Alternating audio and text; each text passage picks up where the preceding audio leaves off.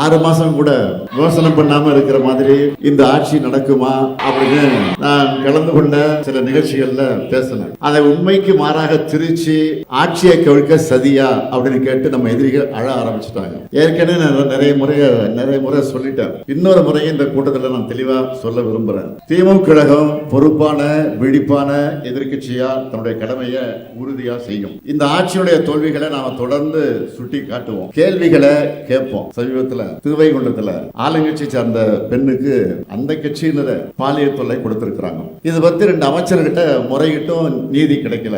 தேர்தலுக்கு முன்ன இன்னைக்கு இருக்கக்கூடிய முதலமைச்சர் பேசின எல்லா கூட்டத்திலையும் பெண்கள் பாதுகாப்பு பத்தி தான் தொடர்ந்து பேசினார். இன்னொன்னு சொன்னார், எங்க நல்ல விஷயம் நடந்தாலும் அது நம்ம பசங்க தான் செஞ்சதா இருக்கணும்னு சொன்னார். ஆனா இன்றைய நிலை என்ன? பொதுவா எல்லாரும் ஷாப்பிங் போனா என்ன வாங்குவாங்க? ட்ரெஸ் வாங்குவாங்க, வீட்டுக்கு தேவையான பொருட்களை வாங்குவாங்க. ஆனா இப்ப நம்ம முதலமைச்சர் என்ன செய்யறாரு தெரியுமா? அதிமுக எம்எல்ஏக்கள் ஷாப்பிங் பண்ணிட்டு இருக்கிறாரு. நமக்கு என்ன சந்தேகம்னா, அவர் ஆட்சி மேல அவருக்கே நம்பிக்கை இல்லையா, அல்லது அவருக்கு ஆதரவு கொடுத்து கொண்டிருக்கக்கூடிய மற்ற கட்சிகள் மேல நம்பிக்கை இல்லையா? ஒரு கட்சியில பல பேருக்கு இடையே ஒருத்தரை தான் வேட்பாளராக நிறுத்த முடியும். அப்படிதான் வாய்ப்பு கிடைக்கும். எத்தனையோ தொண்டர்கள் உழைக்கிறாங்க, கூட்டணி கட்சிகளை இவங்க வெற்றிக்காக உழைக்கிறாங்க. இத்தனை பேருடைய உழைப்புல வெற்றி பெற்றுட்டு வாக்குப்பதிவின் போது கைவிரல்ல வச்ச மை அழிகிறதுக்குள்ளேயே ரிசைன் பண்ணிட்டு ராஜினாமா பண்ணிட்டு இன்னொரு கட்சிக்கு ஆதரவு கொடுக்குறாங்க. முதலமைச்சர் தான் மேடைக்கு மேல கான்பிடண்டா இருங்க சொல்றாரு. அவர் முதல்ல கான்பிடண்டா இருக்காரா? நேற்று முன்தினம் டெல்லியில பிரதமர் தலைமையில முதலமைச்சர் எல்லாம் கலந்து கொள்ளக்கூடிய நிதி ஆயோக் கூட்டம், அந்த கூட்டத்துக்கு இந்த முதலமைச்சர் இங்க இருக்கக்கூடிய முதலமைச்சர் போயிருக்கிறார். அதே சமயத்துல நான் முதலமைச்சரா இருக்கிறப்ப இதே மாதிரி டெல்லி சென்று பேசினப்போ இப்ப முதலமைச்சரா இருக்க என்னவெல்லாம் பேசினா தெரியுமா? நான் அவருக்கு ஞாபகப்படுத்துகிறேன். அமலாக்கத்துறை வழக்கில் இருந்து தப்பிப்பதற்காக போனாங்க, பாஜக காலில் விழுந்து மறைமுக கூட்டணி வச்சிருக்காங்க, அதனாலதான் குரூப் போட்டோ எடுக்கும் போது முன்வரிசையில் நிற்க வச்சு ஸ்டாலினுக்கு இடம் கொடுத்தாங்க. அதெல்லாம் யார் சொன்னது? அவர் சொன்னது. இப்ப நீங்க என்ன பண்ணிட்டு வந்திருக்கீங்க? நான் கேட்கவா? நான் கேட்கிறேன். இப்போ கரூர் சிபிஐ வழக்கில் இருந்து தப்பிக்க தானே நீங்க டெல்லிக்கு போனீங்களா? மகளிர் அணியின் சார்பில் இந்த எழுச்சி மிகுந்த இந்த கூட்டத்தை மிக சிறப்பாக ஏற்பாடு செய்திருக்கக்கூடிய கழகத்தினுடைய துணை பொதுச் செயலாளர் என்னுடைய அருமை தங்கை கனிமொழி கருணாநிதி அவர்களுக்கும், மகளிர் அணி மகளிர் தொண்டரணி செயலாளர்களுக்கும் நிர்வாகிகளுக்கும் என்னுடைய பாராட்டுக்களையும் வாழ்த்துக்களையும் நான் தெரிவித்துக் கொள்ள விரும்புகிறேன். தேர்தலுக்கு முன்ன வெல்லும் தமிழ் பெண்கள் மண்டல மாநாடுகள், வீடு வீடாக போய் பிரச்சாரம், சமூக வலைத்தளத்தில் செயல்பாடுகள்னு மகளிர் அணியை சார்ந்த நீங்கள் எல்லாரும் மல்டி டாஸ்கிங் அணியா, அதாவது பல்வேறு பணிகளை செய்கிற அணியா மிக எழுச்சியோடு செஞ்சு முடிச்சிங்க. கழகம் பெற்றிருக்கக்கூடிய வாக்குகளுக்கு உங்களுடைய முயற்சிகளும் முக்கிய காரணமாக அமைந்தது என்பதை யாரும் மறைத்திட முடியாது. அதற்காக நான் முதல்ல என்னுடைய மனப்பூர்வமான நன்றியை அத்தனை பேருக்கு நான் தெரிவிச்சுக்கிட்டேன். இப்போ எதிர்கட்சியா இருக்கிற நாம மீண்டும் ஆளுங்கட்சியா மாறணும்னா இன்னும் சுறுசுறுப்பாகவும் வேகமாகவும் செயல்படும். அதுக்கான களமாகத்தான் இந்த கூட்டம் நடந்துகிட்டு இருக்கு. 6 மாசம் கூட விமர்சனம் பண்ணாம இருக்கிற மாதிரி இந்த ஆட்சி நடக்குமா அப்படின்னு நான் கலந்து கொண்ட சில நிகழ்ச்சிகள்ல பேசினேன். ஏற்கனவே நடந்த நிகழ்ச்சிகளை நான் பேசினேன். உடனே அதை உண்மைக்கு மாறாக திருச்சி ஆட்சியை கவிழ்க்க சதியா அப்படின்னு கேட்டு நம்ம எதிரிகள் அழ ஆரம்பிச்சுட்டாங்க. ஏற்கனவே நான் நிறைய முறை சொல்லிட்டேன். இன்னொரு முறையும் இந்த கூட்டத்தில் நான் தெளிவா சொல்ல விரும்புறேன். திமுக கழகம் பொறுப்பான விழிப்பான எதிர்கட்சியா தன்னுடைய கடமையை உறுதியா செய்யும். இந்த ஆட்சியுடைய தோல்விகளை நாம தொடர்ந்து சுட்டி காட்டுவோம், கேள்விகளை கேட்போம். அடுத்து எப்ப தேர்தல் இருந்தாலும் மக்களை இந்த ஆட்சியை அகற்றுவாங்க. கடந்த 5 ஆண்டு காலம் நடைபெற்ற நம்முடைய திராவிட மாடல் ஆட்சியை மகளிருக்கான ஆட்சி தான் என்பதை பற்றி இங்க எனக்கு முன்னால் தலைமையேற்று பேசிய சகோதரி கனிமொழி அவர்களும் குறிப்பிட்டு சொன்னார்கள். முதல் கையெழுத்து ஆட்சிக்கு முதல் கையெழுத்தான விடியல் பயணத்தை தொடங்கி கலைஞர் மகளிர் உரிமை திட்டம், புதுமை பெண் திட்டம்னு ஏராளமான புதுமையான திட்டங்களை நாம தான் உருவாக்கணும். அது மக்களுக்கு சரியா சென்றடைதான பார்த்து செஞ்சு கொடுத்தோம். அது மட்டுமல்ல, இப்போ நடந்து முடிஞ்ச தேர்தல் எலெக்ஷன் நேரத்தில் கூட பெண்களுக்காகத்தான் நிறைய வாக்குறுதிகளை நாம் கொடுத்தோம். குறிப்பாக சொல்லணும்னா 8000 ரூபாய் கூப்பன் கொடுக்கிற இல்லத்தரசி திட்டம், அது மட்டுமா உரிமை தொகை உயர்வுன்னு இப்படி நிறைய இருக்கு. ஆனால் இப்போ மக்கள் என்ன நினைக்கிறாங்கன்னு நீங்கள் சோசியல் மீடியாவில் நிறைய வீடியோக்களை பார்த்துருப்பீங்க. நாள்தோறும் நடைபெறக்கூடிய குற்றச்சம்பவங்கள், சென்னையும் பல ஊர்களையும் இருட்டில் மூழ்கடிக்கக்கூடிய மின்வெட்டு, விவசாயிகளுடைய பயிர்க்கடன் தள்ளுபடின்னு நடந்த நாடகம்னு இப்படி பலதரப்பட்ட மக்களும் ஏண்டா இந்த ஆட்சிக்கு வாக்களிச்சோன்னு கோபமா ஆவேசமா வருந்திக்கிட்டு இருக்கிறாங்க. ஓட்டு போட்டவனு வருத்தப்படுறான், ஓட்டு போடாதவனு வருத்தப்படுறாங்க. அதான் இப்போ இருக்கக்கூடிய நிலை. சாதாரணமாக சொல்கிறாங்க, ஏதோ 2 ஓட்டு போட்டோம், நீங்கள் தான் ஆட்சிக்கு வரும்னு நினச்சோம், இப்படி ஆயிடுச்சு. இப்போ இந்த ஆட்சியில் குற்றங்கள் பெருகிடுச்சு. நியூஸ் சேனலை வச்சால கொடூரமான குற்ற சம்பவங்கள் தான் செய்திகளாக வந்துக்கிட்டு இருக்கு. எனக்கு முன்பு பேசிய தங்கை கனிமொழி சொன்னாங்க, சமீபத்தில் திருவைகுண்டத்தில் ஆளுங்கட்சி சார்ந்த பெண்ணுக்கு அந்த கட்சியினர் பாலியல் தொல்லை கொடுத்துருக்குறாங்க. இது பற்றி 2 அமைச்சர்கிட்ட முறையிட்டும் நீதி கிடைக்கல. நேற்று கூட ஆலந்தூர்லையும் சேலத்துலையும் ஆளுங்கட்சியை சேர்ந்த நபர்களை பாலியல் குற்றங்களில் ஈடுபட்டதாக செய்திகள் வந்துச்சு. தேர்தலுக்கு முன்ன இன்னைக்கு இருக்கக்கூடிய முதலமைச்சர் பேசின எல்லா கூட்டத்திலையும் பெண்கள் பாதுகாப்பு பற்றி தான் தொடர்ந்து பேசினார். இன்னொன்று சொன்னார், எங்கே நல்ல விஷயம் நடந்தாலும் அது நம்ம பசங்க தான் செஞ்சுதான் இருக்கணும்னு சொன்னார். ஆனால் இன்றைய நிலை என்ன? தமிழ்நாட்டில் பெண்களுக்கு எதிரான பெரும்பாலான குற்ற செயல்களில் தாவேக்கா நிர்வாகிகள் தான் சம்மந்தப்பட்டிருக்காங்கன்னு செய்திகள் வந்துகிட்டு இருக்கு. பிரச்சாரத்தை பேசும்போது தாவேக்கா ஆட்சி பாதுகாப்பு கொடுக்கணும்னு சொன்னாங்க. ஆனால் இப்போ தாவேக்கா கிட்ட இருந்து பாதுகாப்பு வேணும்னு மக்கள் கேட்குற நிலைக்கு இன்னைக்கு தமிழ்நாடு வந்து.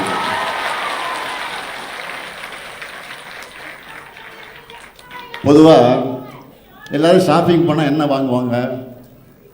ட்ரெஸ் வாங்குவாங்க, வீட்டுக்கு தேவையான பொருட்களை வாங்குவாங்க. ஆனால் இப்போ நம்ம முதலமைச்சர் என்ன செய்கிறார் தெரியுமா? அதிமுக எம்எல்ஏக்கள் ஷாப்பிங் பண்ணிட்டு இருக்கிறாரு.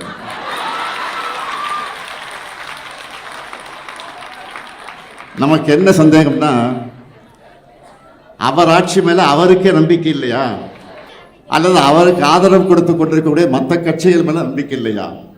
முதல்ல அவர் ஆட்சியை காப்பாற்றிக்க அதிமுக எம்எல்ஏக்களை தாவேக்காவுக்கு ஆதரவாக வாக்களிக்க வச்சார். இப்போ அவங்களை ராஜினாமா பண்ண வச்சுட்டு அடுத்த நொடியாக தன்னுடைய கட்சியில் இணைச்சிருக்கிறார். இந்த மாதிரி நியூஸ் எல்லாம் பார்க்கும்போது உங்களுக்கு என்ன ஞாபகம் வரும்? பாஜக மற்ற மாநிலங்களில் பண்ணுறதே இங்கே முதலமைச்சர் விஜய் அவர்கள் செஞ்சுக்கிட்டு இருக்காரு. அதாவது பாஜகவோட ஜெராக்ஸ் மாதிரி செயல்படுறாரு.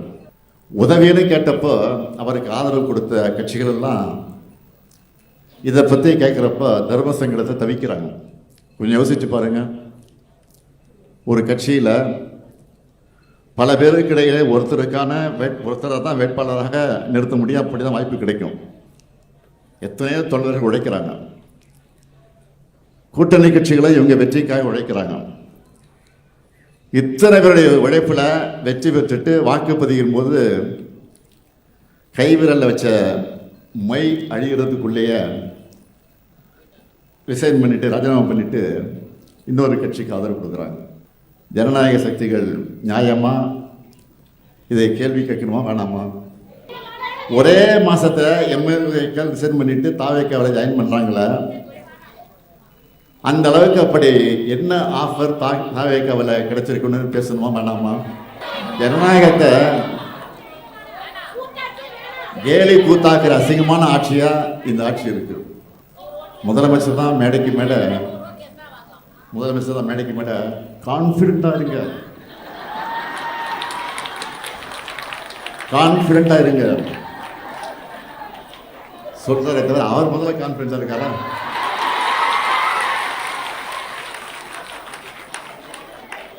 அதனாலதான் தீர்ந்து போன சக்தின்னு சொன்னவங்க கூட உறுப்பினர்களை திருடிட்டு இருக்காரு. தீர்ந்து போன சக்தி விட்டே திருடுற இவர் எவ்வளவு காஞ்சி போன சக்தியா இருப்பார். பாலியல் வன்முறைகள், அறிவார் வெட்டு, பெட்ரோல் குண்டு வச்சு நடக்கிறதெல்லாம் பார்த்து யாராவது விமர்சிக்காமல் இருக்க முடியுமா? வாக்குறுதிகள் நிறைவேற்ற டைம் தரலாம். ஆனால் பொதுமக்களுடைய பாதுகாப்பு பற்றி எப்படி பேசாமல் இருக்க முடியும்? நேற்று முன்தினம் டெல்லியில் பிரதமர் தலைமையில் முதலமைச்சர்கள்லாம் கலந்து கொள்ளக்கூடிய நிதி ஆயோக் கூட்டம். அந்த கூட்டத்துக்கு இந்த முதலமைச்சர், இங்கே இருக்கக்கூடிய முதலமைச்சர் போயிருக்கிறார். அங்கே போய் என்ன பேசினார்லாம் உங்களுக்கு தெரியும். திராவிட மாடல் ஆட்சியில் தமிழ்நாட்டு உரிமைகளுக்காக நாம் வச்ச கோரிக்கைகள் சிலவற்றையும், நம்ம ஆட்சியில் செஞ்சிருக்கக்கூடிய சாதனைகளில் சிலவற்றையும் தன்னுடைய உரையில் அவர் பேசியிருக்கிறார். முதலமைச்சராக இருந்த விஜய் பேசியிருக்கிறார். அதே சமயத்தில் பேசுனது நம்ம வரவேற்கிறோம். அதே சமயத்தில் நான் முதலமைச்சராக இருக்கிறப்ப இதே மாதிரி டெல்லி சென்று பேசினப்போ இப்போ முதலமைச்சராக இருக்க என்னவெல்லாம் பேசினா தெரியுமா? நான் அவருக்கு ஞாபகப்படுத்துகிறேன். அமலாக்கத்துறை வழக்கில் இருந்து தப்பிப்பதற்காக போனாங்க, பாஜக காலில் விழுந்து மறைமுக கூட்டணி வச்சிருக்காங்க, அதனால தான் குரூப் ஃபோட்டோ எடுக்கும்போது முன் வரிசையில் நிற்க வச்சு ஸ்டாலினுக்கு இடம் கொடுத்தாங்க. இதெல்லாம் யார் சொன்னது? அவர் சொன்னது. இப்போ நீங்கள் என்ன பண்ணிட்டு வந்திருக்கிறீங்க? நான் கேட்கவா?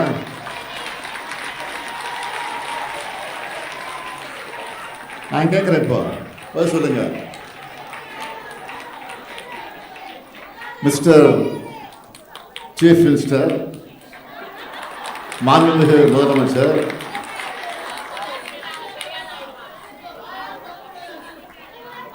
கரூர் சிபிஐ வழக்கிலிருந்து தப்பிக்க தானே நீங்க டெல்லிக்கு போனீங்களா? பாஜகவை உறுதியா விமர்சிச்சு பேசினா உங்க ஆட்சிக்கு ஆபத்து வந்துடுன்னு பேசவே பயப்படுறீங்களா? இந்த கேள்வியெல்லாம் கேட்டு ஒரு முதலமைச்சராக நீங்க அரசு கூட்டத்தில் கலந்துகிட்டத உங்களை மாதிரி நான் தரம் தாழ்த்தி விமர்சிக்க விரும்பல.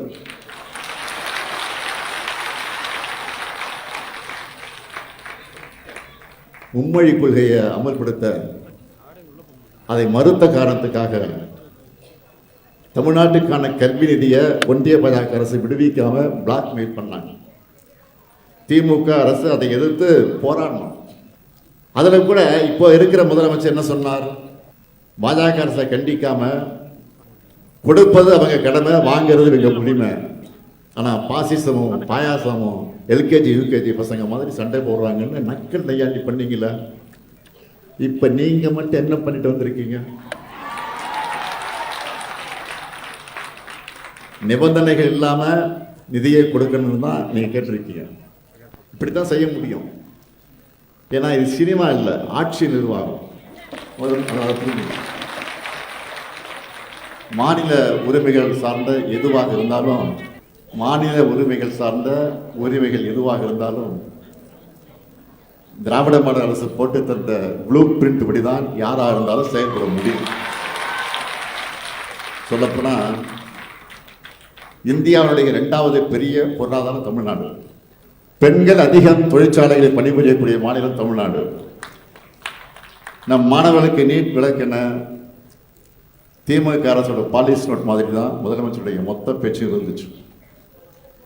ஈடிச்சாங்க காப்பியாக இருந்தால் நல்லா இருக்காதுன்னு 2030க்குள்ள $1 டிரில்லியன் பொருளாதாரம்னு நான் சொன்னதை மட்டும் 2036க்குள் $1.5 டிரில்லியன் அப்படின்னு கொஞ்சமாக ஏதோ பட்டி பார்ப்பாங்களா காரில் பட்டி பார்க்குற மாதிரி முதலமைச்சர் பேசிக்கிட்டு இருக்கிறார். இருந்தாலும் அதுக்காக என்னுடைய வாழ்த்துக்கள். மிஸ்டர் சீஃப் மினிஸ்டர், உங்களுக்கு நன்றி. சாரி, மாண்புமிகு முதலமைச்சர் அவருக்கு. இப்போ வேற ஒன்றும் இல்லை. இப்போ நான் கேட்ட கேள்விகள்லாம் இங்கே வந்திருக்கக்கூடிய மகளிர் அணி உடன்பிறப்புகள் மக்கள் கிட்ட கொண்டு போய் சேர்க்கணும். மக்கள் கிட்ட கொண்டு போய் சேர்க்கணும். நம்மை நம்பி 1,52,00,000 பேர் வாக்களிச்சிருக்கிறாங்க. அவங்களுடைய நம்பிக்கை காப்பாற்றணும். எனவே விழிப்புணர்வு ஏற்படுத்தினா மட்டும் போதாது. லட்சக்கணக்கான இளம்பெண்களை திமுகவை நோக்கி ஈர்த்து வரணும்.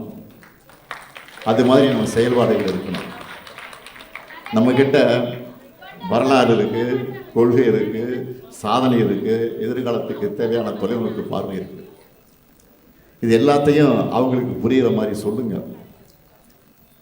புரிஞ்சிக்க ஆரம்பிச்சா நிச்சயம் அவங்க திமுகவை நோக்கி தான் வருவாங்க. அதுக்கான பொறுப்பும் கடமையும் மகளிர் அணியாக இருக்கக்கூடிய உங்ககிட்ட தான் இருக்கு. நம்முடைய இயக்கம் அறிவு இயக்கம் என்பதை காட்டுங்க. எல்லோரையும் நம்ம நோக்கி, நம்ம இயக்கத்தை நோக்கி அழைச்சிட்டு வாங்க. தலைவர் கலைஞர் தான் சொல்லுவார் அடிக்கடி, கட்சி என்பது தலை, ஆட்சி என்பது கிரீடம். தலை இருந்தால் கிரீடத்தை எப்போ வேணுமாலும் வச்சுக்கலாம், ஆனால் கிரீடத்தை மட்டும் வச்சுக்கிட்டு தலையை தேட முடியாது. இப்போ நாம் தலையை பலப்படுத்துகிற பணிகளை தொடங்கி இருக்கோம். நம்முடைய பலம் நம்முடைய கட்சியுடைய அமைப்பு முறை. அதனால்தான் இந்த கருணாநிதியின் வாழ்க்கையே முடிஞ்சாலும் திமுகவின் வாழ்க்கை முடியாது தலைவர் கலைஞர் சொன்னார். திமுகவின் பயணம் தொடர உங்களுடைய உழைப்பை கொடுங்க கொடுங்க கொடுங்கன்னு இன்னும் சொல்றேன். நான் எப்பொழுதும் உங்களுக்கு அண்ணனாக, தம்பியாக, சகோதரனாக, உடன்பிறப்பாக, ஒட்டுமொத்தமாக உங்களை உடன்பிறப்பாக இருப்பேன் என்ற உறுதியை சொல்லி, மகளிருக்கான உங்களுக்கு புதிய அங்கீகாரம் நிச்சயம் கிடைக்கும் என சொல்லி விடைபெறுகிறேன். நன்றி, வணக்கம்.